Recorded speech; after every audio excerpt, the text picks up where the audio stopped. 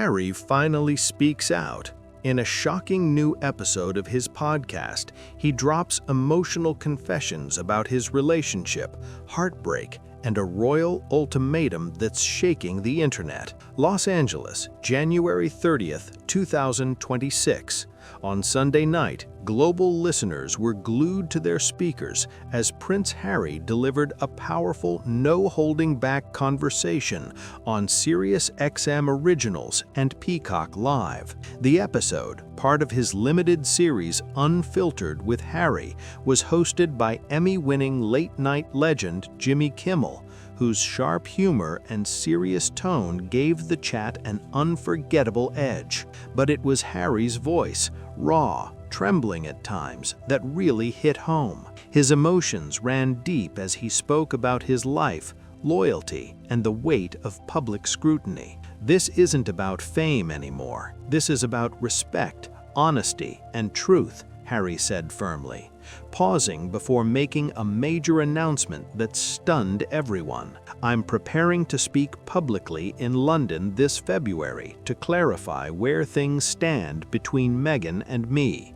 Those words lit up social media like wildfire, sparking headlines across every major outlet. The podcast was quietly recorded at a private studio in West Hollywood on January 26th, just 2 days before its release. Sitting across from Kimmel in a plain black sweater, noticeably without his wedding ring, Harry opened up like never before. He described himself as feeling cornered, hurt, and struggling to find peace while trying to stay strong for his family. Harry opened up about the story people had only guessed but never heard from him directly. He revealed that Meghan Markle left their Montecito home suddenly on January 23rd, saying she was finished pretending. The reason?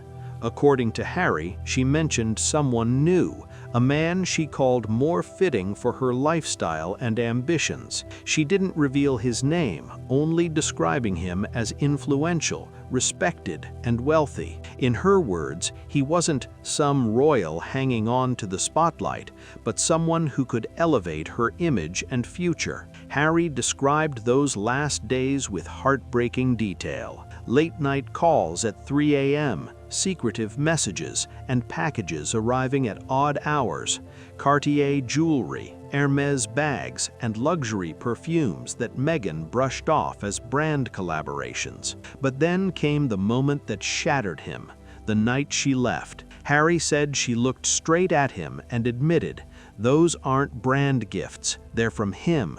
He wants me to represent his legacy, his world. He's offering me a new title, not as Duchess, but as something greater in a new world." Her words hit hard. Harry recalled her saying, "The British royal system is outdated, elitist, and not where I belong anymore. I'm done playing a role in a family that doesn't reflect who I am." His voice cracked as he shared that moment, the sound of his breath trembling through the mic. Then, almost whispering, he added, "It wasn't even what she did that broke me. It was realizing she'd already moved on long before she walked that door." Harry's voice broke as he shared one of the most painful moments, hearing little Archie repeat things Meghan had said, almost like it had been practiced. It was watching Archie repeat her words in front of Lilibet, mocking his dad like it was all a joke, he said, his tone full of disbelief. As the podcast continued, Harry opened up about what he called emotional distance and tension inside their home. He claimed Meghan often dismissed his role and influence in the U.S., reportedly telling friends, "Hollywood doesn't fear a prince with a past. It wants a story, and I've got one." Those words stung, especially when he described how she allegedly compared his finances to her rumored new companion, someone she described as wealthy, with homes in Monaco, Dubai, and Paris. Harry also mentioned that around the holidays, Meghan reportedly took his phone for several days, saying it was to protect her private contacts from potential security breaches. When Kimmel asked if he felt secure, Harry replied quietly, Emotionally, not at all. I felt like a visitor in my own home, like a prop in her project, invisible to my kids and fading from my own story. Then the conversation shifted into serious territory. Harry revealed that his legal team, led by attorney James L. Stanford, had already filed early paperwork with the Los Angeles Superior Court on January 29th. The filing signals his intent to request primary custody of Archie and Lilibet, along with a fair division of assets. According to the filing, Stanford's team plans to argue that Meghan's open statements about her new relationship while still married may have breached marital trust under California law. Harry's legal team reportedly stated that Meghan's sudden departure from their family home could be seen as a deliberate act of emotional abandonment, leaving him to hold everything together. According to court documentation, Harry is listed as the main caregiver, backed by school reports, nanny statements, and verified internal communication records. Although Meghan didn't appear on the podcast, Harry shared what he claimed were her final words before walking away. "I don't want the kids. I don't want your name. I don't want your chaos. You can keep it all." His voice cracked as he repeated those lines,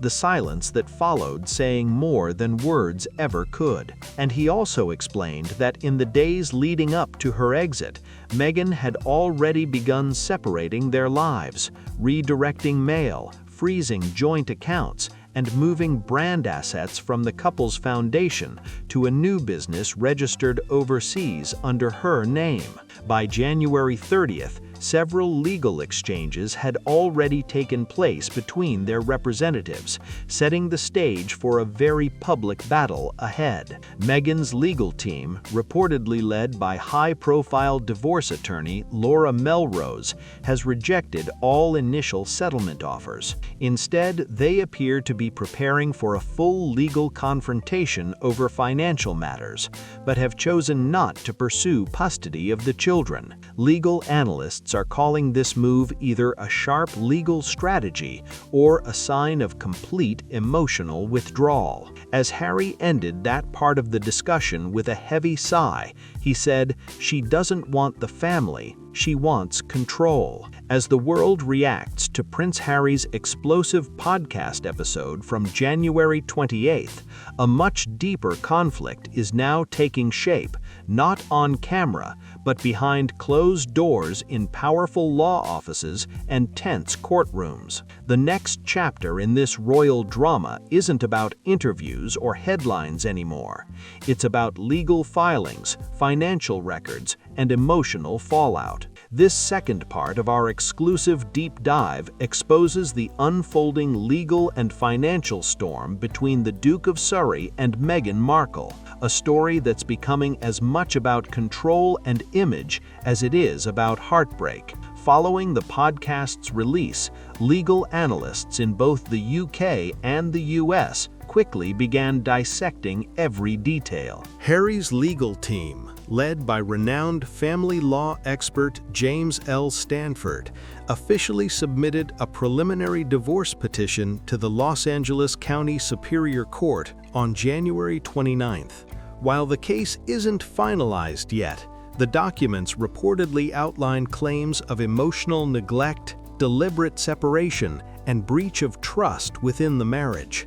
Under California Family Code Section 760, any property gained during a marriage is typically considered joint and divided evenly. However, Harry's attorneys are citing Section 4320, a clause that gives judges the ability to weigh emotional harm, abandonment, and the caregiving role of each parent when making decisions about financial support and asset distribution. The filing highlights that Prince Harry has been the main caregiver for their two children over the last 6 months, providing daily stability while balancing the pressures of public life. According to a leaked portion of the court filing, Meghan Markle has reportedly stepped away from family life, finances, and the day-to-day care of the children, a claim that has now become a centerpiece in Harry's case. The documents summarize it bluntly.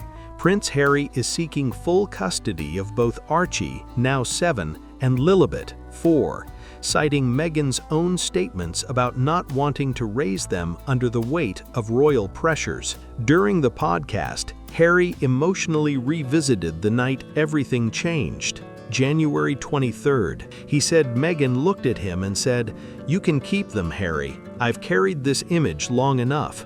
I'm not your caretaker. I'm not your counselor, and I'm done with royal life." Harry's voice reportedly broke as he recounted how she then packed 4 large suitcases, declined her usual security escort, and quietly boarded a private jet from Burbank to Dubai, making a stop in Paris. Reports claim she was greeted by associates connected to an influential royal household abroad. Meghan's legal representatives haven't denied the travel timeline, but released a short statement on January 30th, saying, "Our client will not comment on rumors or private conversations.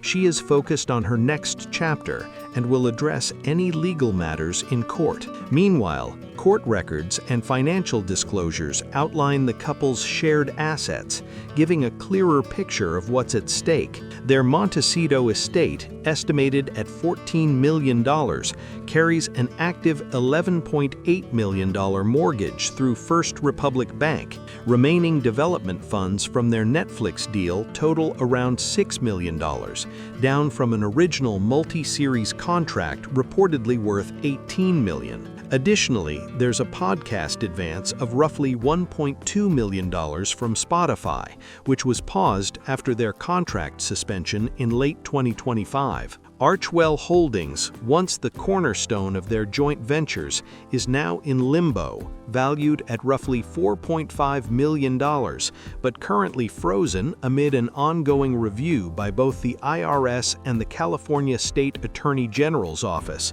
The scrutiny comes as part of a wider investigation into the couple's financial transparency following their separation. Court filings also list luxury goods and gifts valued near $2.8 million, including fine jewelry, designer apparel, and other exclusive items that Harry claims were personally delivered to Meghan, later classified as gifts from her new romantic interest. Meghan's legal team insists those items were part of her brand partnerships and promotional work, calling them contractual perks. Harry's attorneys, however, argue that the timing and delivery suggest something much more personal and therefore should be factored into the divorce settlement. When questioned by reporters on January 30th, Harry's attorney, James L. Stanford, made a sharp statement. "When someone brings home high-end jewelry worth thousands without any documentation and later admits they came from a new partner,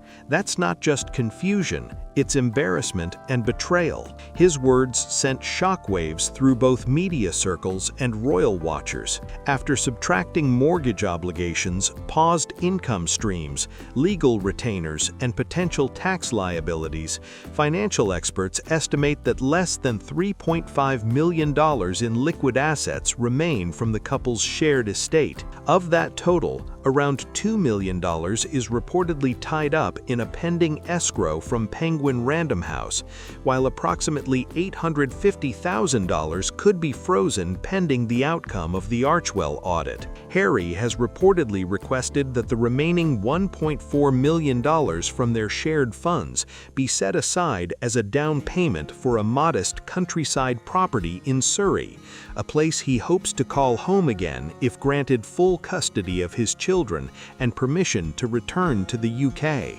Then came the final 5 minutes of the podcast, and the moment that left even his most loyal supporters stunned. Speaking in a low, trembling voice, Harry said, "If the royal institution denies my right to return home with my kids, I'll have no other option. I'll arrange for Archie and Lilibet to stay in a private care residence temporarily, and I'll ask Meghan for monthly support until I can secure our safety." The studio went silent. Kimball, clearly taken aback, asked whether this was a real plan or an emotional reaction. Harry didn't hesitate. "It's the only card I have left," he said firmly. "They've taken my title, my home, and now they're trying to take my family. I'm not bluffing." The raw emotion in his tone caught everyone off guard. A mix of exhaustion, defiance, and heartbreak all at once. Under California law, Harry could legally file for temporary guardianship transfer if he claims he's unable to provide stable housing, a technical move that legal experts say would be mostly symbolic, but one that could pressure royal officials to negotiate quietly behind closed doors. Key court dates have already been outlined in official documents. January 29th, divorce petition formally filed. February 12th, mandatory mediation session scheduled at the Beverly Hills branch of Lake County Family Court. March 18th, preliminary custody hearing. April 1st, proposed financial arbitration. Analysts across the UK and US are calling this the most closely followed royal separation since Charles and Diana, but this time the stakes are different. One half of the couple has already built a life outside the palace walls, while the other is fighting desperately to find a way back in. While Prince Harry's explosive podcast on January 28th captured the world's attention, another story was quietly unfolding thousands of miles away, one filled with mystery, strategy, and global intrigue. Meghan Markle's sudden departure from Montecito wasn't just a spontaneous walkout. It appeared to be a carefully orchestrated move backed by new alliances, discreet connections, and a growing international team working hard to reshape her public image. According to verified flight data reviewed from LAX aviation records, a Gulfstream G650 registered under a Qatar-based holding company took off from Burbank Airport at 10:12 p.m. on January 23rd, first landing in Paris before rerouting to the Abu Dhabi Executive Jet Terminal nearly 17 hours later. Witnesses at Burbank's private terminal reported seeing Meghan accompanied by 2 security staff members, 4 designer suitcases, and a man dressed in an elegant cream sherwani, identified only as Mr. R. 3 days later, entertainment outlets in the Middle East published uncaptioned photos showing Meghan arriving at the Royal Emirates Club in Dubai,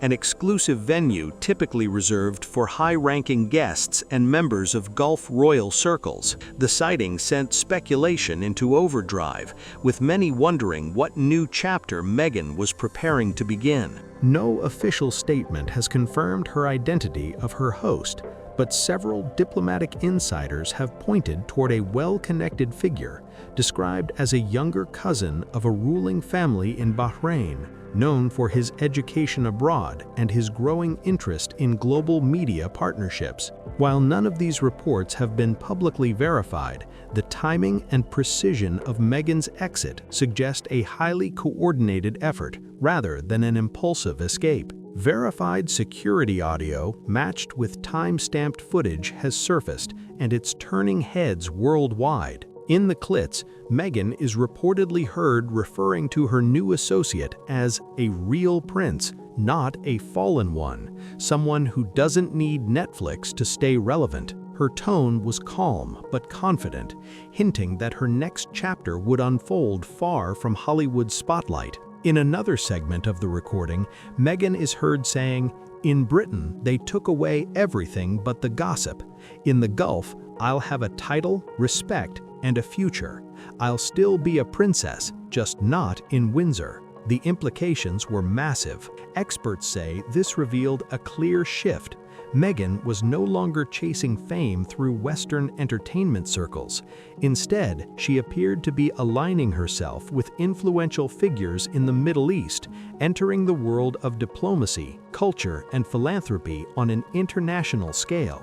Analysts describe this as a calculated transformation, a soft power move that positions her as a potential global ambassador for humanitarian and fashion causes. Some even speculate she could become a leading figure in cultural and charitable outreach programs sponsored by powerful benefactors abroad. Just days before Harry's podcast dropped, domain registration logs revealed that Meghan's representatives quietly purchased 3 new web addresses tied to a fresh public identity: the Sapphire Crescent Initiative, House of Light Foundation, and Beyond Titles. All 3 were registered under a Dubai-based branding agency famous for managing high-profile image revamps for former royals and international elites. Though Meghan's team hasn't issued an official statement, multiple insiders claim she's preparing to launch a women's empowerment network spanning the UAE, Saudi Arabia, and Bahrain, reportedly funded by private investors with strong philanthropic ties. Meghan's next move appears crystal clear.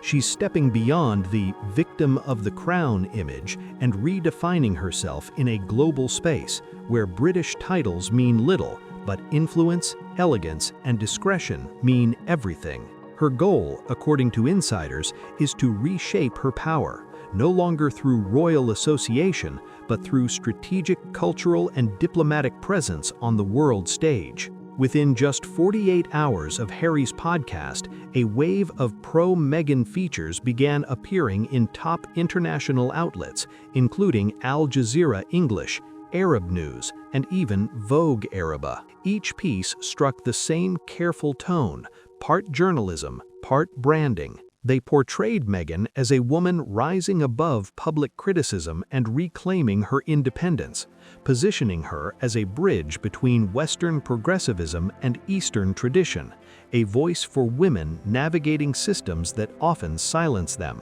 Interestingly, not one of these editorials mentioned Harry, their family, or Archewell, nor did they reference her past interviews or royal controversies. Instead, the articles focused solely on her new chapter, her emerging partnerships, and her vision for global goodwill and empowerment. When BBC reporters questioned why her rebranding made no mention of family, Meghan's publicist responded firmly, "This isn't about family disputes, it's about legacy, culture, and alignment with a global mission." That response made it clear. Meghan's focus had shifted from royal reconciliation to international reinvention.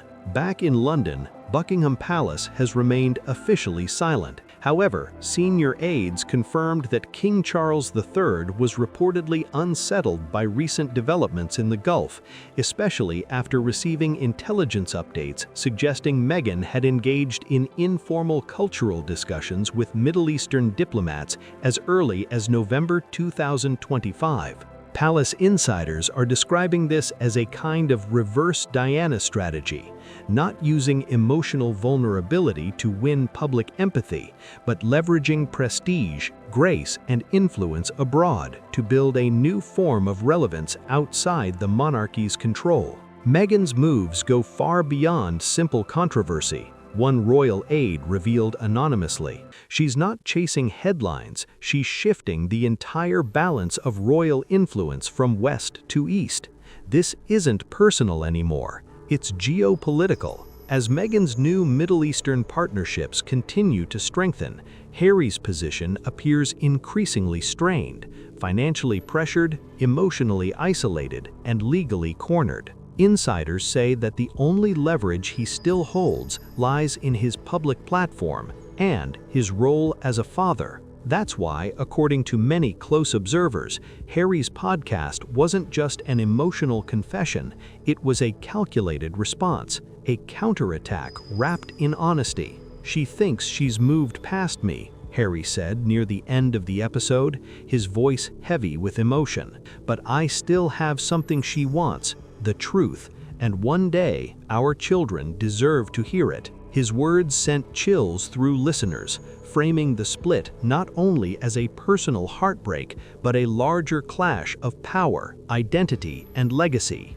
Now the conflict spans across continents, 2 different cultures, two clashing visions of royalty.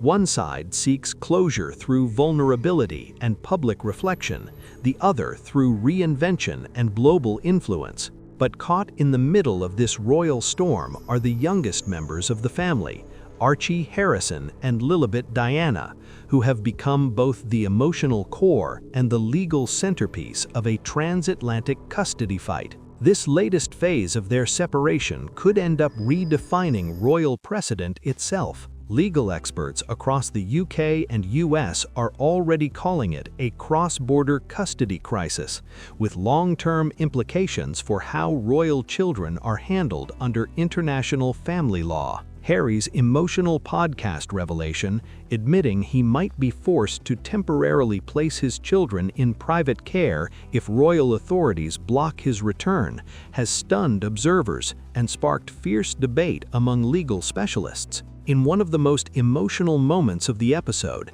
Harry's voice cracked as he said, "I'm not making threats, I'm begging. If I can't raise my children peacefully in my own country, I may have to place them in neutral care until I can secure their future." The heartbreak in his tone stunned everyone listening, not because of what he said, but because of what it meant in real life. In California family court system, this statement could be legally interpreted as a request for temporary guardianship transfer, a rare and serious clause usually invoked only when a parent faces verified housing instability or legal restrictions that prevent safe care. Under California Family Code Section 3001, both parents share equal custody rights unless one is proven to have abandoned the home, failed to provide necessary care, or created an unsafe environment for the children. Harry's attorneys are now building their case around three central claims: abandonment, emotional neglect, and lack of communication. Abandonment. Meghan reportedly left on January 23rd without informing legal or medical professionals about the children's living arrangements or their continued supervision. Court filings say this decision left a gap in care coordination. Emotional neglect. According to the documents, Harry's team presented statements allegedly made by Meghan, including the remark, "You can keep the therapy bills," as proof of a dismissive attitude toward shared parenting responsibilities. Lack of contact. Verified communication logs submitted to the court indicate that Meghan has not initiated a video call, message, or formal visitation request since her departure, an absence her legal representatives have yet to explain. These points, when viewed together, create a compelling but deeply painful picture. One of a father trying to hold his family together under extraordinary emotional and legal strain. These allegations are now being combined into an emergency custody petition, scheduled for review on March 18, 2026, before Judge Maria Sanchez, a respected figure known for handling high-profile and emotionally charged family cases in the Los Angeles County Superior Court. In one of the most heart-wrenching parts of the podcast, Harry revealed how his son, Archie, began repeating things he had overheard from Meghan. "He looked at me and said, 'Why don't you have a castle? You're just a sad prince with no kingdom,'" Harry recounted softly. "He laughed. He didn't even understand what it meant. But I did. I knew exactly where it came from." For Harry, that moment wasn't just heartbreaking. It was a wake-up call. He went on to describe how little Lilibet had started echoing another line, "Mommy says Daddy is a problem." According to him, bedtime had become quieter and heavier, with the children asking questions like, "When will the real prince take us home?" They're being shaped by stories that don't belong to them, Harry said, his voice trembling. His words resonated deeply with listeners, turning what might have been seen as a legal battle into something far more human, a father's struggle to protect his children's hearts and minds. Meanwhile, Meghan's legal representatives have confirmed that she will not contest custody. In a formal declaration submitted on January 30th, her team stated, Our client will not oppose full custody, provided that the petitioner fulfills all legal and financial responsibilities owed to the minors under California state law. In simpler terms, Meghan appears willing to allow Harry to raise the children as long as no future financial or legal claims are made against her regarding parental support or abandonment. This surprising legal stance has left many family law experts puzzled. It's extremely rare, almost unheard of, for a mother in California, especially someone in the public eye, to relinquish custody without requesting shared visitation or at least taking steps to manage public perception. Family law consultant Lindsay Rohr of Santa Monica told reporters, "It's a very unusual move.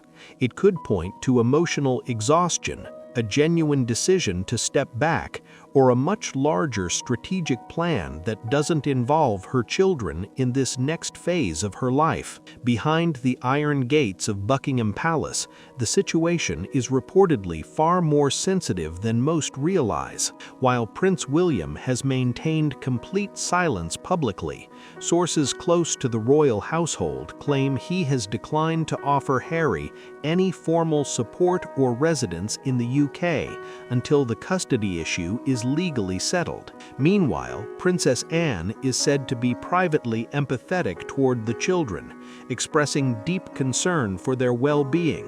However, aides suggest she is treading carefully, cautious of sparking a potential international custody dispute that could spiral into diplomatic tension between the UK, the US, and now possibly the Gulf region. Legal advisors within the palace have warned that if Harry were to bring Archie and Lilibet to Britain without Meghan's written consent, it could create a serious international legal problem. A senior royal policy expert explained, "Both Archie and Lilibet currently hold dual US-UK citizenship, but under the Hague Convention, which governs international child relocation, removing them from the US without explicit approval from both parents, even if one parent has stepped away, could result in civil penalties or legal orders forcing their return." That means even though Meghan appears to have relinquished custody, her legal rights as a parent still apply under international law, tying Harry's hands more tightly than ever. To navigate these international hurdles, Harry's legal team is now preparing a new filing, a motion for sole relocation rights.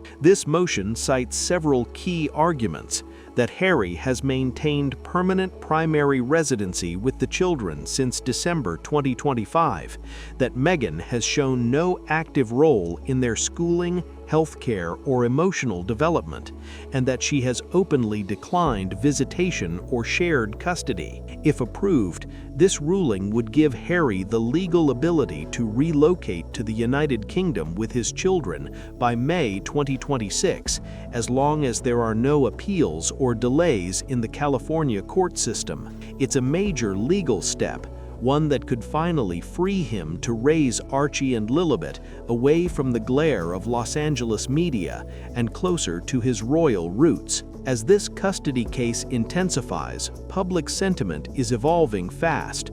According to an overnight YouGov UK poll conducted on January 30th, a majority of respondents, 61%, said they support Harry's right to full custody. Another 72% felt Meghan's new lifestyle goals are incompatible with raising two young children who are tied to both British and American identities. Only 11% agreed with her decision not to contribute financially or take part in a formal visitation arrangement. Across online spaces, particularly in parenting and expat communities, discussions have exploded. Many users are sharing their own experiences with separation, single parenting, and cross-border custody challenges. A recurring theme: sympathy for Harry's determination to stay present in his children's lives despite the chaos around him.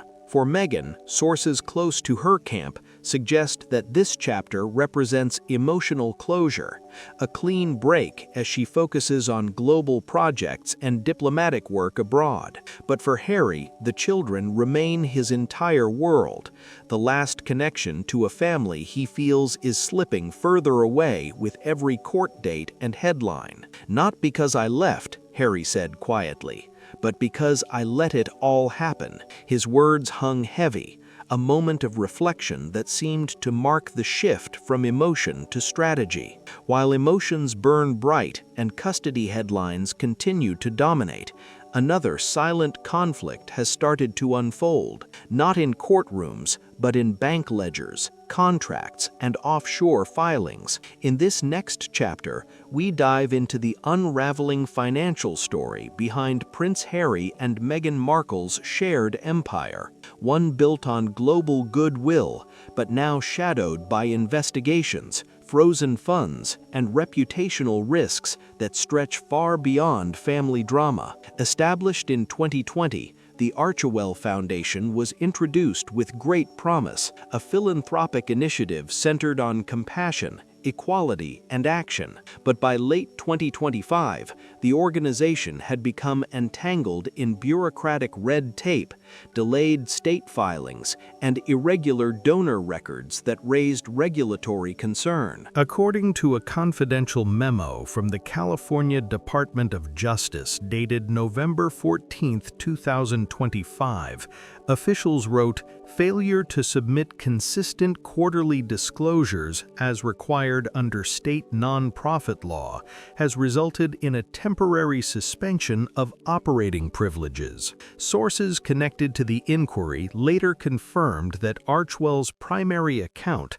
held under First Horizon Trust, was temporarily frozen on December 7, 2025, pending clarification on the source of approximately $4.2 million in donations reportedly routed through a Dubai-based charitable intermediary tied to Meghan's expanding network of international partnerships. Preliminary forensic reviews highlighted several red flags, including roughly $6 million allocated toward cross-border development programs with no attached invoices or verified recipients. While investigators have stopped short of alleging wrongdoing, the discrepancies have intensified scrutiny from both U.S. and international oversight bodies. Financial analysts suggest the fallout could be enormous, not just for the couple's reputation, but for their wider network of brand partnerships and philanthropic ventures. Financial records under review reveal approximately $850,000 in reimbursements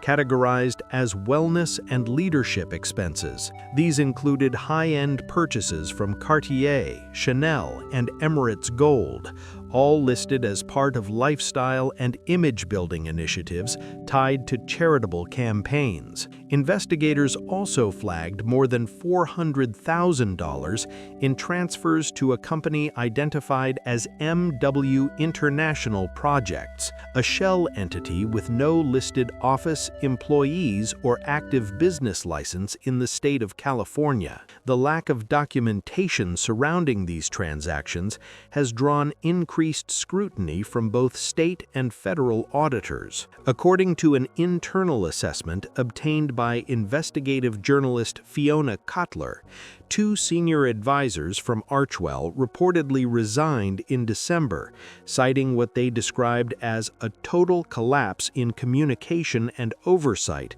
within the foundation's financial management. The report further claimed that certain commitments were made without full board authorization, raising governance concerns. As of January 31st, the Archewell Foundation remains under ongoing state and federal review. Public donations have been temporarily paused, and several of its key partners, including Global Citizen and BetterUp, have released statements confirming that all joint initiatives are on hold until compliance matters are resolved. Harry's legal representatives argue that these financial activities represent a misuse of joint resources, claiming that Meghan allegedly redirected shared marital assets into independent soft influence projects under the umbrella of charitable outreach. Harry's legal team cites California Family Code Section 721, which requires full transparency and mutual consent when spouses manage shared financial holdings or make major philanthropic commitments. The funds were raised under the shared Windsor legacy, Harry's attorney James Stanford explained. Yet instead of being used to support the children or their charitable mission, they appear to have been redirected toward personal branding, luxury travel, and property access abroad. According to the legal filing submitted on January 30th, investigators highlighted a $1.2 million transfer from the Archwell Foundation to a Dubai-based entity called Crescent Horizon Ventures, occurring just 3 weeks before Meghan's departure from California. The filing also referenced expenses for first-class Emirates flights and 5-star resort accommodations, which were reportedly billed to the foundation under cultural diplomacy and brand partnership categories. Among the reviewed transactions was the purchase of a $95,000 Hermes Birkin handbag, processed through a French distributor using a debit card linked to a shared Archwell business account. These details, while not proof of wrongdoing, have sparked renewed questions about how foundation resources were managed and whether proper separation between charitable and personal funds was maintained. Meghan's representatives have declined to comment on individual expenditures, citing ongoing financial reviews. However, her spokesperson emphasized that all spending was legitimate and connected to professional image building and global outreach initiatives. They also noted that the ongoing audits will confirm compliance with both U.S. and international nonprofit standards. Meanwhile, a financial analysis by Cresman Advisors, a respected UK-based consultancy, suggests that as of January 31st, Meghan's liquid net worth is heavily tied to private agreements with partners in the Gulf region and anticipated returns from her new international ventures. In simpler terms, Meghan's financial landscape is fluid, largely unverified, and increasingly unstable. Her confirmed holdings reportedly include a luxury goods inventory valued around $2 million, along with equity shares in an upcoming media venture backed by Saudi entrepreneur Tariq al-Nassar. In addition, there are references to a Cayman Islands trust, believed to have been established after 2023, though it has not been publicly declared or independently verified. With Archwell's accounts frozen and both Netflix and Spotify partnerships paused or discontinued, Meghan's ability to demonstrate a consistent financial foundation in court increasingly appears fragile. Legal analysts suggest this could open the door for Harry's team to argue financial imbalance, potentially allowing them to seek a compensatory judgment during the division of marital assets. At the heart of this financial tug-of-war is the couple's primary residence, an 18,000-square-foot estate in Montecito, California. Once celebrated as a symbol of independence and new beginnings, the property has now become one of the most heavily disputed assets in their separation. Court filings describe the estate as jointly owned but heavily mortgaged, with questions arising over who has continued to cover maintenance and security costs since Meghan's departure. For Harry, the home represents the last physical piece piece of stability for his children. For Meghan, it stands as a reminder of a chapter she appears determined to close, one that links her to a royal identity she no longer wishes to carry. Purchased in 2020 for $14.6 million, the couple's lavish Montecito residence now stands at the center of both legal and emotional conflict. According to official records, the home carries an $11.8 million floating-rate mortgage that reportedly slipped into pre-default status after missed payments in October and December 2025. On top of that, Santa Barbara County has filed property tax liens totaling $43,000, further complicating the situation. Prince Harry is now requesting court approval to sell the property before foreclosure, planning to use the estimated $2.1 million in remaining equity after debt and fees as a down payment on a modest countryside home in Surrey, England. His goal, he says, is simple: to create a stable environment where Archie and Lilibet can grow up in peace, away from the chaos of global headlines. But beyond the financial numbers lies something far more powerful: control over the narrative. Legal and media experts agree that this battle has become about more than money or property. It's about who shapes the story of what went wrong. Meghan's shift toward Middle Eastern royal and philanthropic circles is being publicly framed as a move of spiritual growth and global purpose. Harry's team, however, paints a different picture, one of avoidance and financial distancing. In a recent briefing, attorney James Stanford stated she knew Archewell was facing major challenges. Instead of addressing them, she moved into a different sphere, one where public scrutiny is minimal. Meanwhile, Harry continues to issue carefully structured statements through his legal representatives and podcast channels, urging transparency and accountability. His latest request? That a full forensic audit of all shared finances be made public to restore trust and close this chapter with honesty. This story is still unfolding, and it's changing by the day. What began as a royal romance has turned into one of the most watched modern dramas in global media. If you followed this series to the end, thank you for watching. Don't forget to like, comment, and subscribe to stay updated as new details emerge in the next chapter of this ongoing royal saga.